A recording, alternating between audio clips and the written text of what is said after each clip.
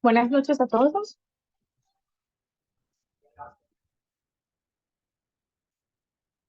En nombre de la Universidad Católica Santo Domingo y su rector, y en nombre del Centro de Investigaciones y Ciencias de la Familia y su director, le damos la más cordial bienvenida al webinar de la noche de hoy, titulado Importancia del autoconocimiento para el crecimiento personal y social, impartido esta noche por el licenciado y psicólogo clínico Reinaldo Montaño. Sin más preámbulo, le damos las gracias por estar esta noche de hoy y bienvenido, licenciado.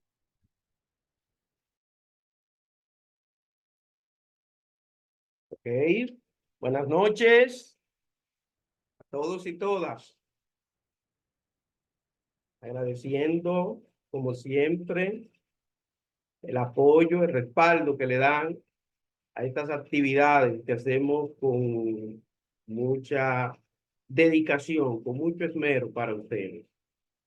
Pues en el día de hoy tenemos un tema que ha concitado el interés desde tiempos remotos, porque ya decía el filósofo Aristóteles, refiriéndose precisamente a este tema, que conocerse a sí mismo es el principio de toda sabiduría. Y es justamente eh, lo que implica, ¿verdad? Esta capacidad, la del autoconocimiento. ¿Por qué? Porque el autoconocimiento es la base fundamental de las competencias de la inteligencia emocional.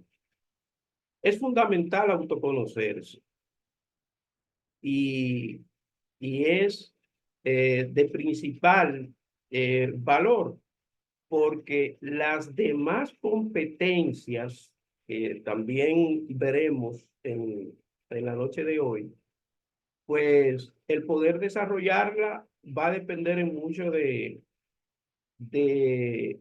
qué tanto nos conocemos a nosotros mismos. Pues bien, en el día de hoy, noche de hoy, tenemos como tema central entonces importancia del autoconocimiento para el crecimiento personal y social. Entonces, autoconocimiento, capacidad de eh, identificar, conocer cuáles son esas potencialidades que poseemos, esos recursos de personalidad, pero también cuáles son eh, esas capacidades que nos faltan. Entonces, para que un autoconocimiento sea realmente efectivo, va a requerir de que conozcamos, digamos, en términos metafóricos, ¿sí? Eh, Utilizando la figura de una moneda, como todos sabemos, toda moneda tiene dos lados. Para que un autoconocimiento sea efectivo, hay que conocer, por un lado, las capacidades que se poseen en términos de recursos, de personalidad, como también aquellas capacidades que nos faltan, que sería el otro lado. Entonces, en la medida en que conocemos de forma objetiva capacidades que poseemos y capacidades que nos faltan, entonces estamos en mejor condición para avanzar en ese proceso interesante que es autoconocernos primero para luego entonces pues poder conocer y comprender el comportamiento de los demás y por ende que él mismo tenga no solo una incidencia en nuestro crecimiento personal, sino también al momento de interactuar con las demás personas. Eh, En torno a ello nos surge esta pregunta que ustedes están viendo acá en pantalla. ¿Resulta fácil o difícil conocernos a sí mismos? Pues bien, quisiera que de ustedes, por lo menos uno, nos, eh, nos dé respuesta a esta pregunta. ¿Resulta fácil o difícil conocernos a sí mismo? Martín, Martín Buenas Félix, noches, mi buenas estimado colega noches. y amigo. Bendiciones. Buenas noches, Martín. Desde la, Eh, sí, desde sí. la perspectiva planteada por usted, con la pregunta que usted nos manifiesta, realmente resulta bastante difícil porque somos resistentes a los Oh, cambios externos. Inclusive, si somos resistentes a estos, imagínese hacia los cambios internos. ok. Viéndolo desde un punto cognitivo, las personas realmente rechazan el ver sus propias faltas y ver sus propios errores para poder avanzar. Por lo cual, desde mi punto de vista, entiendo que es muy difícil uno adentrarse hacia uno mismo para encontrar el conocimiento del autoconocimiento. Wow. Oye, interesante, interesante respuesta, Martín. Qué bien. Sí, sí, sí. Y sabe, en adición a lo que tú has expresado, pues también esto puede ser generador de mucho miedo, ¿verdad? Por lo que podamos encontrar en lo que es esa búsqueda interna de conocer capacidades y limitaciones, ciertamente. Pues mira, eh, igual como una cosa lleva a la otra, pues esto nos sugiere precisamente la siguiente pregunta. ¿Es más fácil o difícil conocerse a sí mismo que a la otra persona? Puede ser usted mismo, Martín, o puede ser otra persona del grupo que quisiera compartir con nosotros desde su propia experiencia o de sentido general, qué opinión tiene al respecto de si es más fácil o difícil conocerse a sí mismo que conocer a la otra persona. A ver, María Polanco, buenas noches. Buenas noches. Sí, buenas. Desde mi punto de vista, entiendo que es mucho más fácil conocer a una persona externa que a uno mismo, Ok, porque es mucho más fácil visualizar los de afuera que los de adentro, sí. así como estaba diciendo el señor Martín, ya que nos Sí, negamos a aceptar lo que somos, muchas veces buscamos más afuera que adentro. sí, sí, ok. Entonces conecta con la respuesta de Martín a la pregunta anterior. Es por los efectos que eso puede tener. Pero entonces se ignora, y mira, es válida ese temor, ¿verdad? De por qué. No quiere decir que se justifica, pero tiene sentido de que se rehuya a, consciente o inconscientemente a lo que se pueda, pues a lo que se pueda encontrar. Pero no se toma en cuenta entonces, en ese sentido, la conveniencia que tiene en términos personal y relacional conocerse. Vamos a ver con las informaciones que tenemos acá para compartirlas con ustedes sobre esta importancia, ¿verdad? Si bien es cierto, como ya hemos señalado, lo de los efectos adversos que puede generar conocerse, pero también es cierta la ventaja, los beneficios que aporta en términos personal y social el conocernos. Así que vamos a ver. Miren, yo quisiera que ustedes me permitan compartirles una experiencia que tuve en una ocasión que presentaba precisamente este tema a un grupo. Era un grupo variado, unas entre 25 o 30 personas, y había hombres, mujeres, jóvenes, adultos, y como forma estratégica de introducir este tema, el equipo le dispuso a cada participante una hoja en blanco y un lapicero con la siguiente instrucción. Dar respuesta a la pregunta: ¿se conoce usted tanto como conoce la palma de su mano? Y ahí, escribieron. Y uno dieron respuesta a la mayoría, la gran mayoría, quizá 2 o 3 respondió que no. La mayoría respondió que sí, que se conoce tan bien como la palma de su mano. Pues el grupo ignoraba lo que venía después. Que colocase, se le indicó,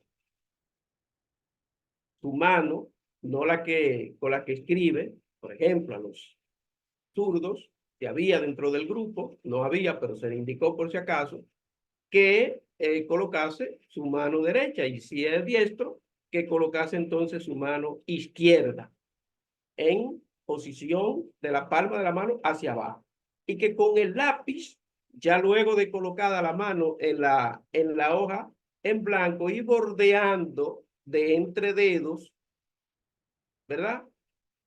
Cuestión de que quede en la hoja la imagen de su mano. Bueno, cuando cada uno hizo eso, entonces le indicamos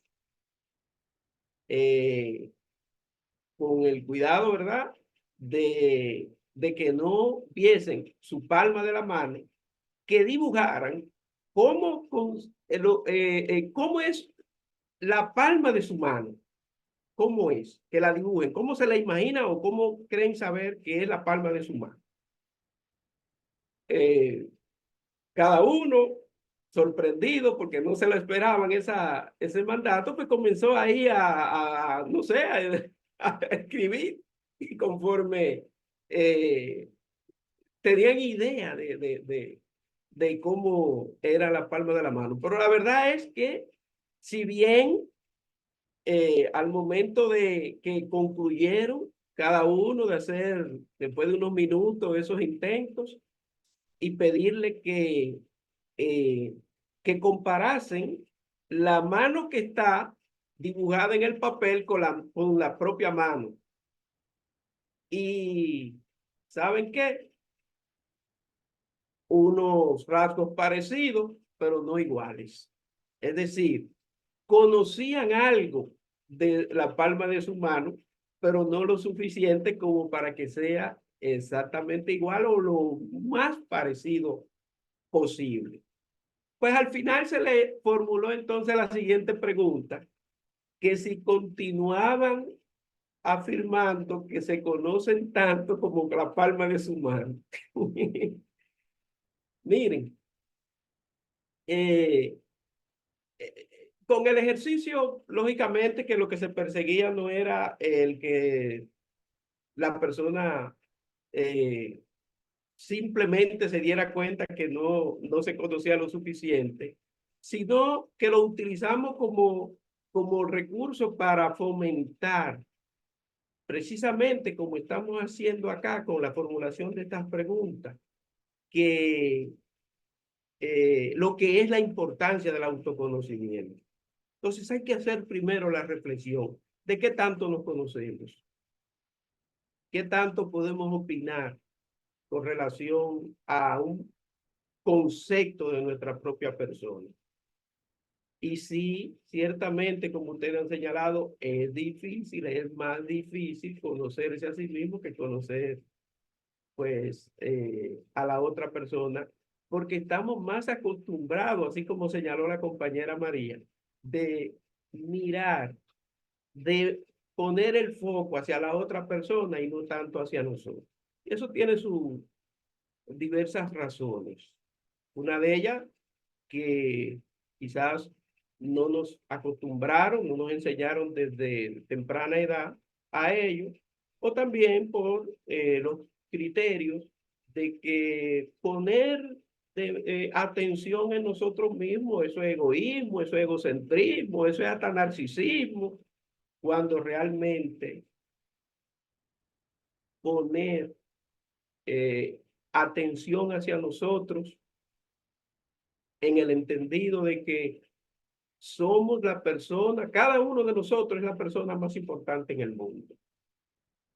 Y a partir de lo que es nuestro propio conocimiento, como ya expresamos, pues vamos a conocer y a comprender mejor las actitudes de los demás y por ende entonces eso puede mejorar nuestras relaciones.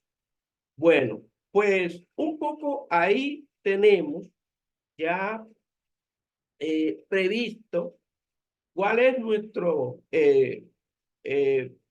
punto principal, que desde un mayor autoconocimiento nosotros podemos mejorar primero la relación con nosotros mismos, con cada uno de nosotros, y entonces la relación con los demás.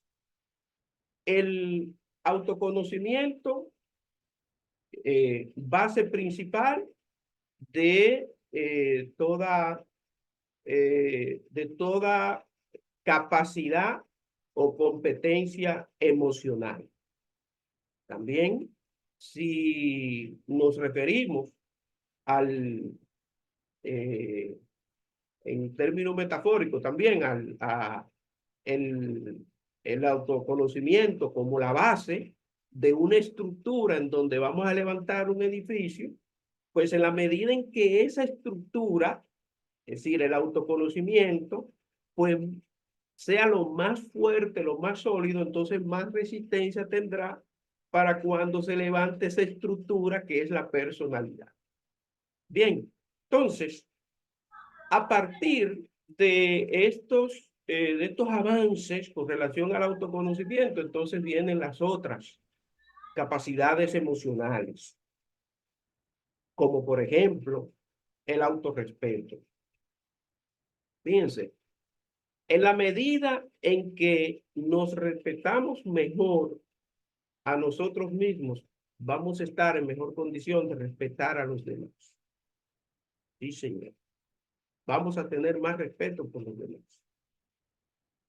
¿Por qué? Porque ¿cómo es posible que yo pueda tener un respeto, es decir, desde la perspectiva de si me respeto poco o muy poco, pues no va a ser posible que respete a los demás cuando entre en interacción con ellos. Y esa falta de respeto puede generarse en varias direcciones, o estableciendo relaciones interpersonales que desfavorecen a uno en lo personal, o que en la relación con los demás, entonces, pues, asuma posturas que sean de ofensa. Por lo tanto, cualquiera de las dos lo que generaría es dificultades relacionales y por lo tanto, entonces no estamos hablando de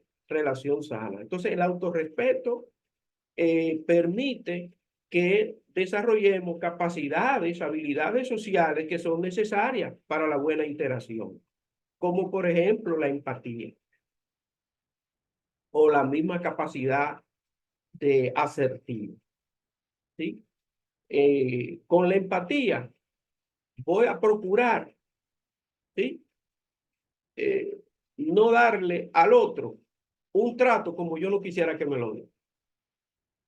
Y ese es un principio básico para que por lo menos se eviten ciertas desavenencias a nivel de los grupos o a nivel de las interacciones con los demás.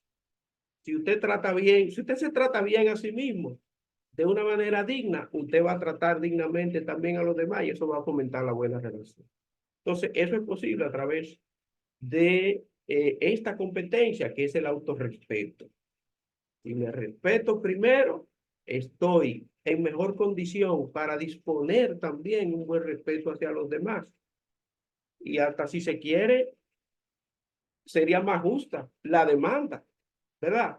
Porque al tratar bien a los demás, ¿qué estaría entonces esperando? Que los demás también me traten bien, ¿sí? Lo cual no es lo mismo el querer que los demás me respeten cuando yo no los respeto. ¿Entiendes? Entonces esa dinámica es importante tenerla presente. Esta otra competencia, la del autocontrol, pues con el autocontrol, que no es más que la autorregulación de las propias emociones, nosotros podemos llevar una dinámica relacional en la que podamos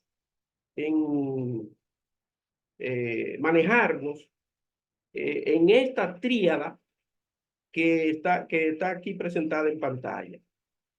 Todos los seres humanos pensamos, sentimos y actuamos. Eso somos: pensamiento, sentimiento, emoción y actuación. En eso vamos a decir que esto abarca, esta tríada abarca todo lo que es, en este sentido, el ser humano. ¿Qué estamos señalando con él? Si una autorregulación de las propias emociones conlleva a que no seamos reactivos. Ser reactivo es actuar por las emociones, actuar como nos sentimos, por impulso, ¿sí? Y cuántas situaciones de dificultad relacional no se producen porque fulano dijo, fulana dijo algo que no debió haber dicho, o sus emociones no las canalizó debidamente, no las expresó de manera responsable, y esto fue en detrimento no solo de su propia persona, sino de la afectación de los demás. Por lo tanto, entonces esto daña relaciones. De modo que en la medida en que autorregulamos nuestras emociones, porque lo que nos lleva o lo que caracteriza nuestra actuación no son las emociones, sino la razón, en tanto los pensamientos sirven para generar los ajustes emocionales y que al momento entonces de actuar no actuemos de manera reactiva, sino proactiva. Entonces, son habilidades que se requieren para una convivencia, una convivencia sana, unas interacciones sanas con los demás. Como vemos, no bastan las buenas intenciones. Recordemos el famoso dicho aquel de qué está lleno tal cosa. Entonces, las buenas intenciones no son suficientes, hay que tener habilidades. ¿Y cómo surgen entonces estas habilidades? ¿Cómo pueden gestionarse? Pues iniciando con autoconocernos. Bien, entonces, vamos a otra competencia emocional muy conocida por todos: la autoestima, o el autoestima, como también es válido decir. La autoestima, valoración de la propia persona en sentido general, ¿sí? Que dicho sea de paso, muchos textos, libros, marcan la autoestima como en una forma de polaridad, en donde baja autoestima, alta autoestima. Pudiéramos interpretar que lo de alta autoestima se refiere a autoestima sana, pero no en todos los textos aclaran de que la autoestima sana es la autoestima que está en el equilibrio. Y paso entonces a explicar esta parte, que es muy importante.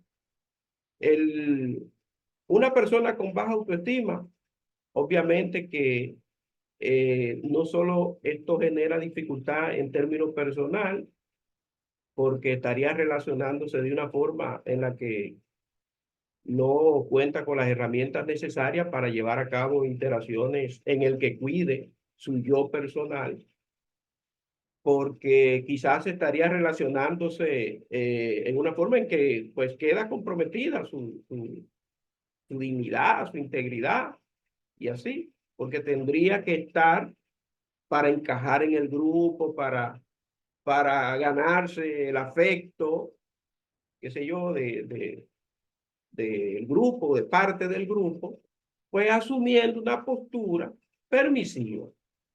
Pero esto es por su condición de baja autoestima. Pero, ¿y si es alta la autoestima?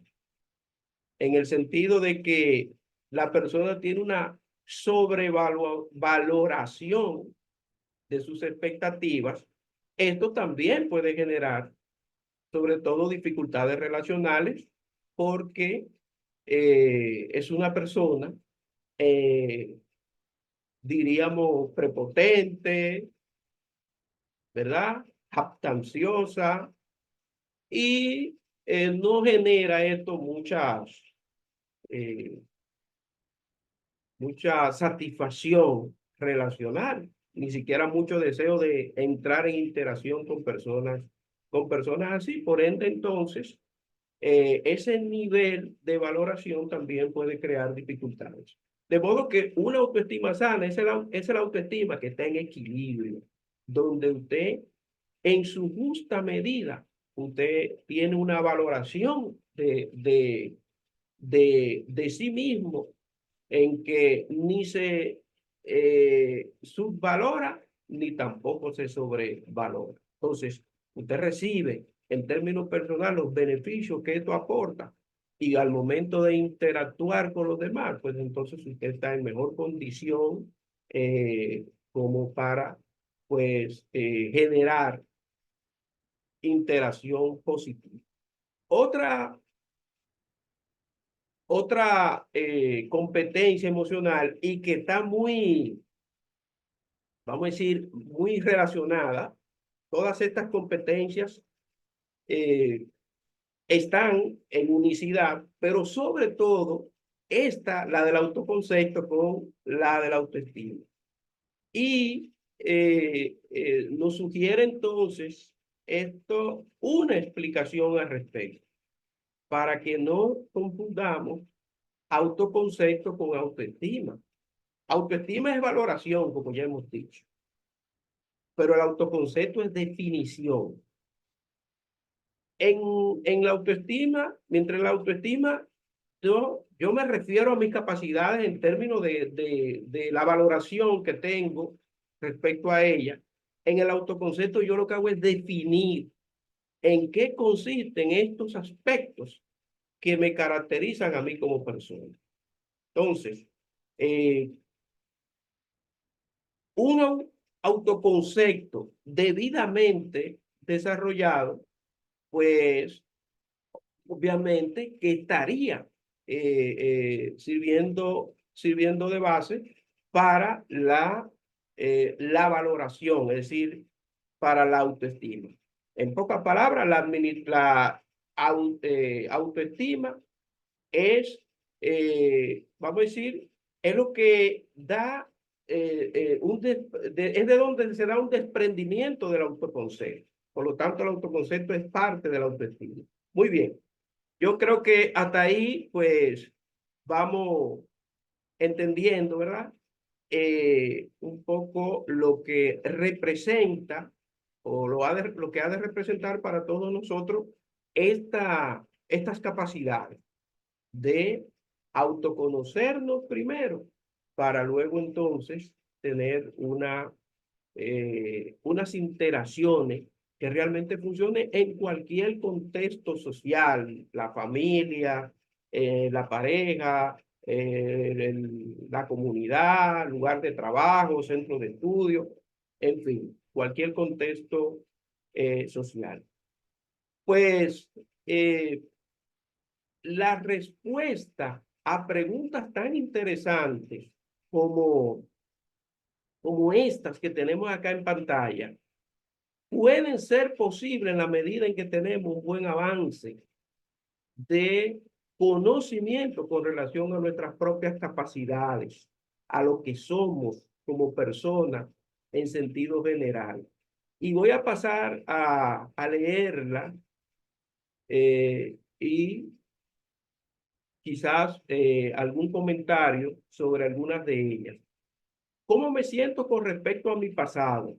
Miren, esto es un ejercicio de todas estas preguntas que yo mismo lo he hecho para beneficio personal en reiteradas ocasiones, cada vez que entiendo es necesario. También igual he recomendado, como lo estoy precisamente haciendo ahora para ustedes, el que sugerirle que estas preguntas las reflexionen y ver qué tal resulta la experiencia. ¿Cómo me siento en el presente?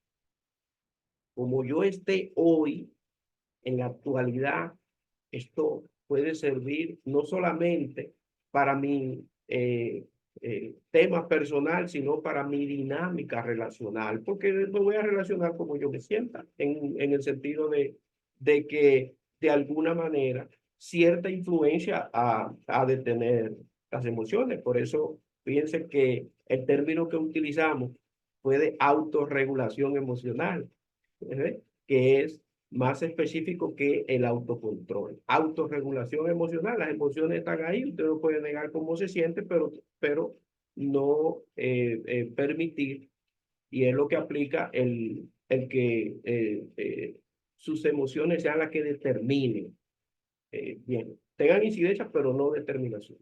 ¿Cuáles son las cualidades que más me gustan de mí?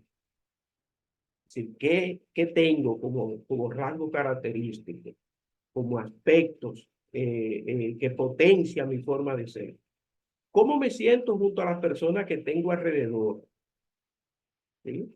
Porque ninguna persona es un ente aislado. ¿Sí? Por más ermitaño que sea alguien, con, con, con alguien tiene que relacionarse de algún modo. ¿Cómo suelo reaccionar ante el estrés? La enfermedad del siglo, le llaman bueno, más que el estrés, al distrés. ¿Sí? Entonces, ¿cómo suelo reaccionar ante el estrés? ¿Por qué? Porque como a cada momento estamos siendo afectados por el estrés, pues el manejo de esta situación pues es muy importante para el estado personal como también el elemento social. ¿Cuáles son las cosas que más me decepcionan de mí? Que tengo como característica que en un análisis objetivo pudiera ser importante hacer una gestión de cambio, unos ajustes. ¿En qué cosas siento que debería mejorar? ¿Cuáles son las cosas que realmente me gustan y me motivan? ¿Qué es lo que espero del futuro? ¿Cómo me gustaría que fuera mi vida? ¿Sí? Un poco proyectar en la imaginación eso que queremos ser, que queremos que caracterice nuestra vida. ¿Qué hago o cambio para que mi vida actual se asemejara a la que me gustaría vivir? Unas más o unas menos de estas preguntas, la verdad que nos invita a una reflexión seria, a un análisis exhaustivo, objetivo de nuestra forma de ser y de los cambios que muy bien pudieran aportar elementos favorables a nuestra vida primero y, y a la de las personas con las cuales pues de manera cotidiana interactuamos. Todo este ejercicio representa oportunidad como para ser beneficiado con estas ventajas. Ser capaz de conectar contigo mismo. Si no me llevo bien conmigo mismo, ¿cómo voy a llevar bien con los demás? ¿Sí? En muchos de los acompañamientos que hemos dado en grupos, hemos encontrado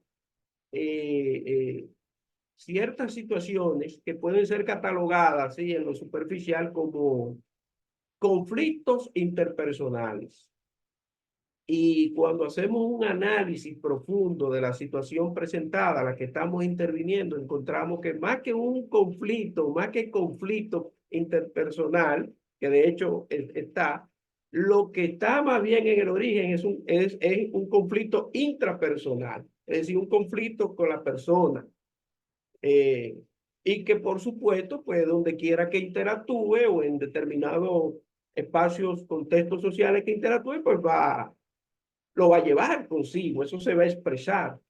Y este ha sido un hallazgo muy interesante, porque si se trata como conflicto interpersonal, una situación que la entendemos obvia porque afecta a un grupo o a buena parte de un grupo, puede que dejemos sin trabajar de manera directa los conflictos intrapersonales o el conflicto intrapersonal que le da origen.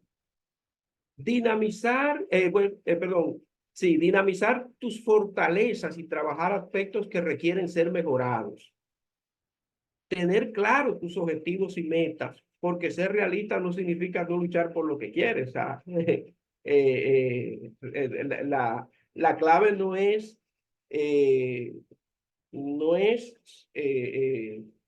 saber con qué cuento y qué me falta para sentirme mal, no, al contrario, para identificar en términos reales en qué consisten mis recursos y mis fallas, mis debilidades en ese sentido para gestionarlo, ¿sí? Porque de lo que se trata de eso, de una clarificación de realidad. Es como decir un objetivo o un optimismo sincero, coherente.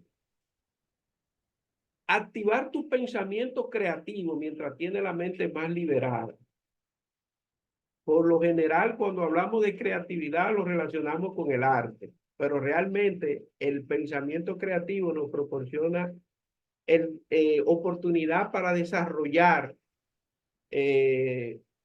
aplicar la gestión de soluciones, es decir, soluciones alternativas, que si utilizamos o aplicamos tal recurso, tal intento de solución y no funciona, pues utilizamos otro y mientras mayor es nuestra creatividad, pues más vamos a estar generando ideas o posibles soluciones. Aprender a gestionar tus emociones y mejorar tu resiliencia.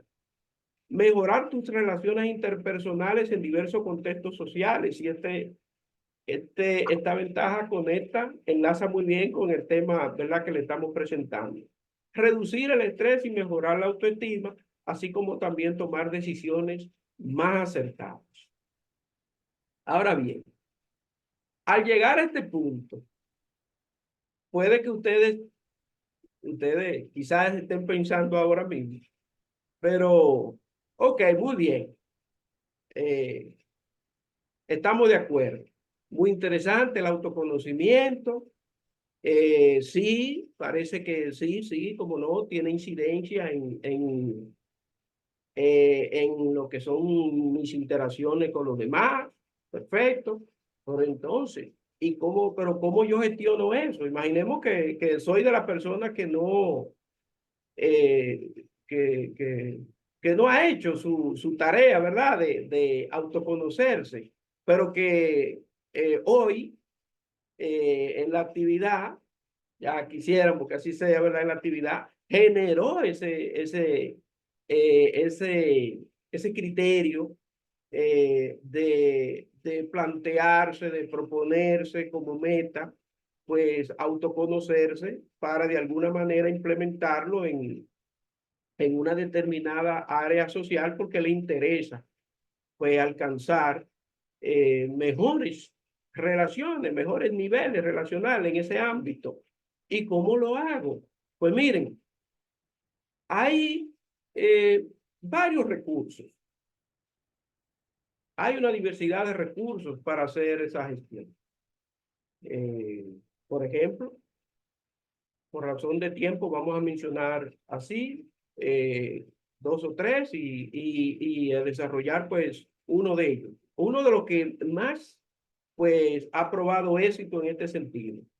Pero existe, por ejemplo, la ley del espejo, ¿sí? Que permite esa comprensión de por qué reaccionamos de determinada forma, sobre todo cuando tiene que ver con la interacción de otro o la reacción que nos genera un determinado comportamiento de alguien. O sea, comprender qué es lo que nos pasa, por qué nos sucede tal situación en relación con alguien con quien nuestro mayor deseo es llevarnos bien, pero que no entendemos por qué nos sucede lo que sucede. Bueno, pues un poco la ley del espejo, aplicando sus preceptos, pues nos puede servir como herramienta. Por igual también está el FODA, que creo que ustedes lo conocen bastante bien y que se utiliza con un éxito formidable a nivel de las instituciones, ¿verdad? Y bueno, está esta misma, la ventana de Johari, que es una de las que yo le tengo más confianza, uno de los recursos para ser utilizado en la implementación, sobre todo en la interacción grupal, es decir, en actividades en donde hay más de una persona, pues la ventana de Johari es un formidable recurso. Pues, ¿por qué la ventana? Pues miren, ¿por qué? Porque la forma que se generan en su conjunto los 4 cuadrantes, pues se asemejan de una ventana. Y lo de Johari es como un nombre inventado ahí, ¿verdad? De la combinación de los autores de esta herramienta. Lo de por Joseph Luke, ¿verdad? Y Harry, por lo de Harry Ingram, donde entonces, al unirse, las letras iniciales de los respectivos nombres de estos autores, entonces constituyeron la ventana de Harry. Pues vamos entonces a explicar un poquito esta herramienta y quienes, ¿verdad? Desde donde estén, si tienen la facilidad de tener a mano ahí una hoja en blanco, no les voy a pedir que dibujen lo que sí ustedes pueden hacer el dibujo, ¿verdad? De los cuatro cuadrantes. Y si tienen a alguien cerca ahí que les pueda acompañar en esta tarea, pues mucho mejor. Bueno, pero lo que no, de todo modo, pues continúe entonces escuchando lo que como descripción podemos y estamos dispuestos a ofrecerles, a compartir con ustedes con relación a esta herramienta. Pues como vemos, son 4 cuadrantes donde cada cuadrante, ¿sí? Cada cuadrante tiene su área de especificidad. Por ejemplo, el área abierta. El área abierta tiene que ver, aquí se pueden colocar esos rasgos, esas cualidades, esas características que nosotros sabemos que es nuestra, que la tenemos, pero que también nosotros sabemos que los demás la saben. Es decir, los demás pueden decir que yo tengo esa cualidad, ¿sí? Entonces, ahí, en este cuadrante, pues se pueden escribir estos rasgos de personalidad, estas capacidades que corresponden a lo que es vamos a decir, nuestra área pública, lo que yo conozco de mí y que los demás también conocen. Así que lo que están haciendo ahí el ejercicio, pues pueden ir colocando, pues en esta parte, área abierta, esos rasgos que ustedes conocen de su personalidad y que los demás también. Ahora, en el área ciega, que es el siguiente cuadrante, aquí, pues, la persona que les acompaña, y por eso le habíamos indicado que es importante que, porque este dispositivo se aplica con el acompañamiento, ¿verdad? De más personas, porque no basta, no es suficiente que gestionar una capacidad significativa de autoconocimiento solamente con la participación nuestra. Eh, es, es, es necesario que otras personas nos retroalimenten, porque la verdad es que, como dice el dicho, lo más difícil es analizar nuestra propia cabeza, ¿verdad? De manera que esto puede ser pues, de una gran ayuda que otros pues nos acompañen en el proceso, viva con nosotros la experiencia y nos colaboren en ese sentido. Así que aquí en el área ciega, como se trata de aquellos aspectos de la personalidad que yo no sé de mí, pero que otros sí saben. En este caso, si quien tienen cerca conoce algún rasgo, algún aspecto que la persona a quien está acompañando en este proceso tiene, pero que desde su perspectiva esta persona lo desconoce, entonces lo puede anotar ahí.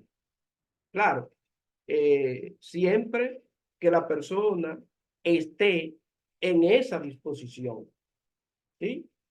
Porque esta instrucción es importante tenerla presente, que la persona no está obligada a colocar aquello que entiende, que no quiere, que para lo que no está preparado, ¿sí?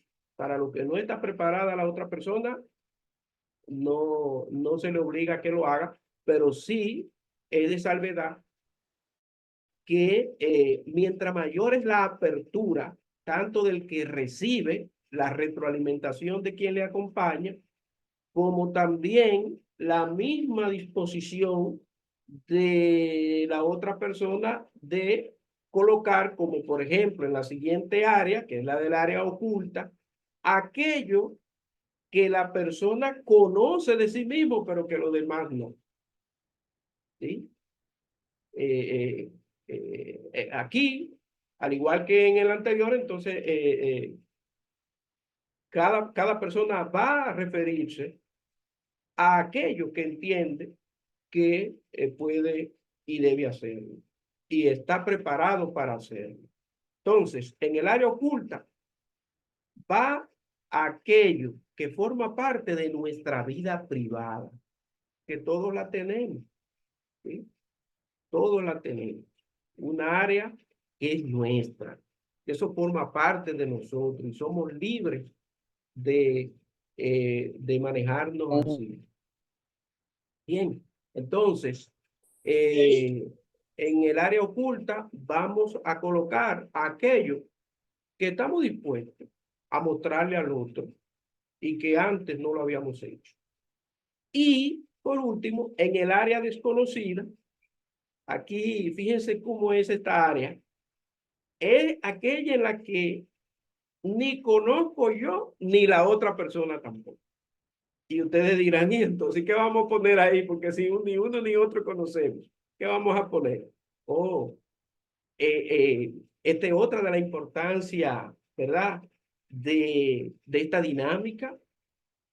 En la interacción puede aflorar un tipo de conocimiento nuevo para uno y para otro, en el que pues se descubre algo que hasta ahora, hasta ese momento era o estaba en el inconsciente o simplemente fue en el proceso, en la dinámica que la descubrió, ¿sí? Y entonces, cuando surge ese nivel de conocimiento, pues entonces ahí se escribe. y deja entonces ya de ser un área, ya deja de ser desconocido porque ya pasa a ser conocido. Entonces, ¿qué ocurre en todo como resultado de este ejercicio? Oh, que el área abierta se va a ensanchar por las aportaciones que le van dando los datos de los otros cuadrantes. ¿Sí? Por ejemplo, pudiera surgir algo similar como a esto. ¿Sí? Que elementos del área ciega, es decir, elementos que antes eran desconocidos por la otra persona, pero que como aportación de quien le acompaña, ¿sí? Le suministró esa información en la dinámica de socialización de resultados. Digamos que la persona acepta que sí tiene ese rasgo, esa cualidad. Digamos que sí acepta porque no todo lo que surge como desconocimiento propio, pero de conocimiento del otro, es positivo. Porque si es positivo, me imagino que no tendrá mucha dificultad en que la persona lo acepte, lo integre como parte de su área pública. ¿Verdad? Un poco la resistencia pudiera ser si se trata de algún aspecto que más bien es de tipo pues negativo. Pero si se acepta, entonces pasa a ser parte del área abierta y entonces eso le va dando un ensanchamiento. Pero igual ocurre con el área oculta, que en este caso la persona se da el permiso de manifestar al otro aspectos que hasta ahora no había pues hecho público. Y también, por ende, pasa a formar parte del área abierta e igual sucede con el área pues desconocida. Así que, a ver, ¿qué les parece? ¿Qué les parece a ustedes eh, esta, esta herramienta? O si tienen alguna inquietud eh, eh, al respecto con relación al uso, si hay algún aspecto que, bueno, mira, me interesa, pero como que no me quedó claro tal cosa, pues igual, pues para mí un placer explicarlo mejor y que pues ustedes pues puedan hacer uso, ¿verdad? En su agenda, en su vida, pues este recurso. Ah, María Elena, a ver, buenas Hola, buenas noches. noches. Llegué un poquito tarde, pero llegué y me Ah, parece muy sí. interesante Gracias. esta parte. Mi temita es con el área oculta. Vamos a Un ver. ejemplo, eso se debe del área oculta porque quizá tengamos miedo de sacar esa parte de nosotros a la luz, no sé si A, porque podamos ser juzgados o Sí. B, porque quizás pensemos que puede caer mal o intimidemos a otra persona. No sé, son como muchas cosas que nos puede pasar que precisamente por eso ocultamos ciertas habilidades o ciertas características, perdón, que tenemos a los demás porque no sabemos la reacción del otro. Sí, sí. Tiene mucho que ver con esto que tú has señalado. Tiene mucho que ver, pero igual puede ser por otras motivaciones. Simplemente que se trata de algo que lo queremos para nosotros, ¿sí? Porque como ya bien habíamos señalado, todos tenemos una parte privada, una parte íntima que no estamos dispuestos a compartirla con otras personas o que lo tenemos reservado para con personas más íntimas, porque con todas las personas no tenemos el mismo nivel relacional, obviamente. Entonces, dependiendo de qué tanto sea vinculación con la otra persona, pues estaríamos más dispuestos a ser partícipe al otro de los contenidos de esa área oculta. Pero esas son básicamente las razones, temores, así como tú has señalado, María Elena, y también porque sencillamente en nuestra decisión está el preservar eso para nosotros como parte privada. Martín. Participando también con lo relacionado al área oculta, debemos estar claros de que no hay ese ser vivo que no tenga algo que ocultar. Partiendo de ahí, tenemos que tener claro de que no todo el mundo tiene acceso, inclusive nosotros mismos a veces no tenemos acceso a nuestra parte oculta, y aunque la tengamos de conocimiento, inclusive no nos gusta manifestarla. Partiendo de ese supuesto también, aquellas personas que realmente se desconocen como personas, también desconocen que tienen esa parte oculta. Y en evidencia, cuando están sometidos a condiciones de estrés muy alto y están condicionados a espacios donde tienen que dejar de ser ellos mismos, esa parte puede aflorar generando no solamente daños a las personas, sino daños también a terceros. Ajá. Por lo cual, como usted dice, hay que conocerse y hay que manejar muy bien las emociones para que esto que está oculto no se manifieste en un momento no idóneo. Haciendo una canalización negativa, ¿verdad? Es decir, evitar Así eso, que no haya una canalización negativa y que al momento de que aflore, de que pues se ventilen estos aspectos, pues que sea en las mejores condiciones, tanto de las que aportamos nosotros como personas, como también quienes participan acompañándonos, ¿verdad?, en esta situación. Entonces, como muy bien ustedes han señalado, nosotros acá, pues, es de consenso, pues, que cada una de estas competencias en lo que, pues, es la unicidad, la operatividad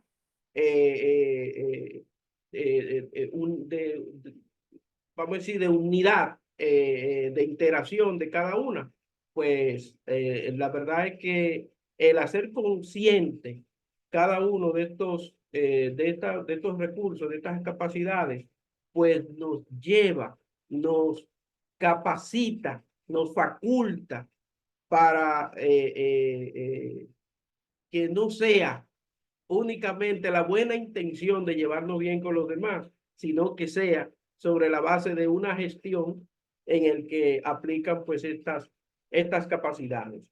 Llevarnos bien primero con nosotros mismos, porque nadie puede dar lo que no tiene, para luego entonces tener una mejor convivencia con los demás. Eso es básicamente, vamos a decir, el espíritu, la esencia de por qué hemos querido pues traerles a ustedes este tema que esperamos pues les haya dejado así tan felices como están estas figuras acá, porque la verdad es que toda vez que queremos pues entrar en convivencia con los demás en cualquiera de los contextos sociales, es realmente para que aporte satisfacción y que como no garantiza, porque tampoco es nuestro propósito, porque es imposible que haya una ausencia de dificultades, pero sí que cuando éstas surjan, pues podamos resolverlas saliendo airosos, que la relación no quede comprometida y que pues al contrario salga fortalecida, porque yo digo que toda dificultad lo que es una oportunidad para crecimiento personal y social también. Bien, entonces Pues, bueno, tenemos ahí a María, que tiene María una pregunta o comentario. A ver. Bueno, sería un comentario acerca de lo que es el tema anterior del autoconocimiento y la empatía. Ajá, vamos a ver. Debido a que una persona que no tiene un buen autoconocimiento suele ser empática, pero quizás al extremo, ya sea hacia una hiperempatía o una Sí. baja empatía, en cual esos dos extremos suele ser mala o es mala, porque cuando no nos conocemos, podemos ser hiperempáticos porque no sabemos poner límites, porque no Sí. nos conocemos, no sabemos hasta dónde decir ya o hasta dónde poner un alto. O sea, no tenemos esa capacidad y permitimos que otras personas en nuestra vida hagan quizás por no hacerlo sentir mal, lo permitimos. Eso pasa por un bajo autoconocimiento. Ujú. Ese era el aporte que quería hacer. Sí, Gracias. exactamente. Ahí entonces hay una carencia con relación a lo que es el autorrespeto. Sí, porque no entramos en interacción con otras personas con la capacidad, con los recursos que nos permita hacer un buen uso de nuestra participación, de nuestra interacción con esas personas o con esa persona. Y eso obviamente que nos pone en una posición inferior, pero es por ello, como tú has señalado, nos falta ese amor propio, ese valorarnos mejor para tener pues eh, mejor oportunidad y mejor interacción y por ende entonces la generación de relaciones sociales realmente mutuamente satisfactorias, ¿sí? Y lo que señalabas tú, María, de ese extremo de la empatía. Mira, tu comentario me sugiere lo siguiente, que la empatía es un arma de doble filo. La empatía es un arma de doble filo. Como bien dice el dicho, todo en extremo es malo, ¿sí? Lo mejor es que la moderación, el equilibrio. Y quiero señalar, porque me parece que, no sé, la mayoría somos psicólogos, ¿sí? Espero no equivocarme por lo que voy a decir ahora, para que sea de interés de la mayoría y, ¿por qué no?, de todos. Una empatía en extremo nos puede llevar a nosotros los psicólogos a un desgaste, a una afectación emocional.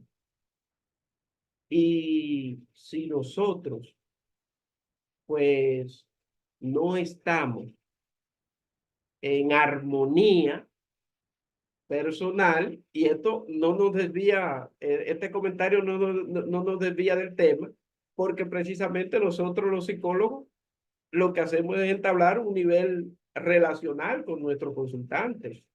Entonces, si nosotros como acompañantes de procesos no estamos lo suficientemente preparados en términos personal, pues nuestra labor como facultativos de la psicología no va a arrojar buenos frutos, ni para la persona que acompañamos, ni tampoco para nosotros. Entonces tendríamos que revisar qué ajustes pueden ser necesarios en nuestro propio autoconocimiento para afinar, mejorar nuestra, nuestra labor profesional, que como siempre señalo, debe ser con calidad profesional y calidez humana, para que realmente pues llegue en una forma positiva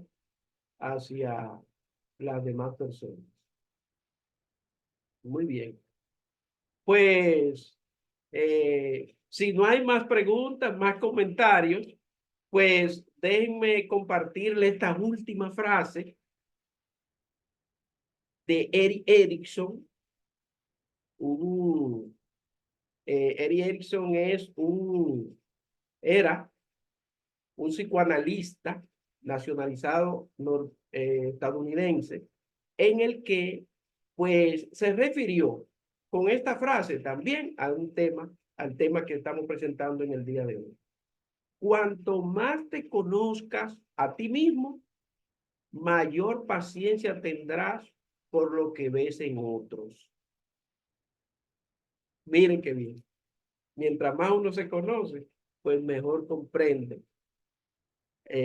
la postura y de alguna manera, pues cierto nivel de tolerancia importante, pues también puede tener correlación al comportamiento del otro, que no es más que empatía. Y pues muchas gracias, de verdad, les reiteramos por la presencia, el apoyo, ¿verdad? Que le han dado a estas y a las actividades que hemos presentado y que seguiremos presentándole, porque para nosotros es de verdad una gran satisfacción pues poner compartir con ustedes estos contenidos. Así que hasta aquí entonces la presentación de hoy de nuestro tema.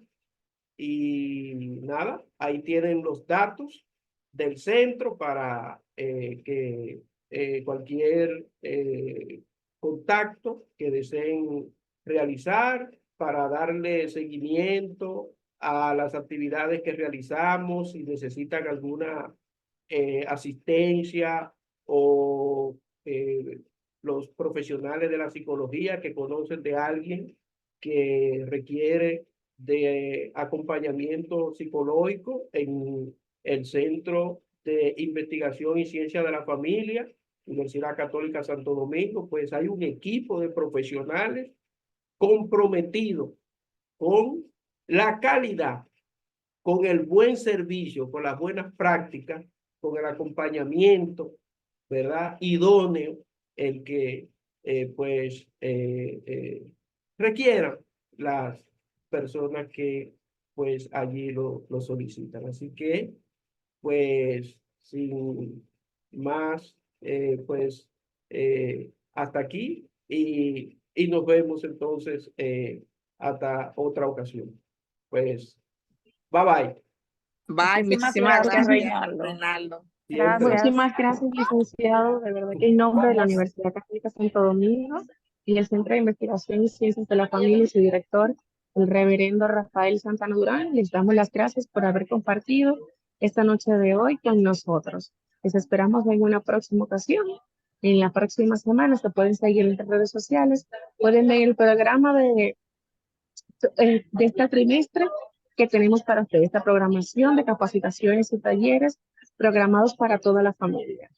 Que tengan feliz noche y que pasen una feliz semana. Hasta luego. Muchas gracias. Bye bye.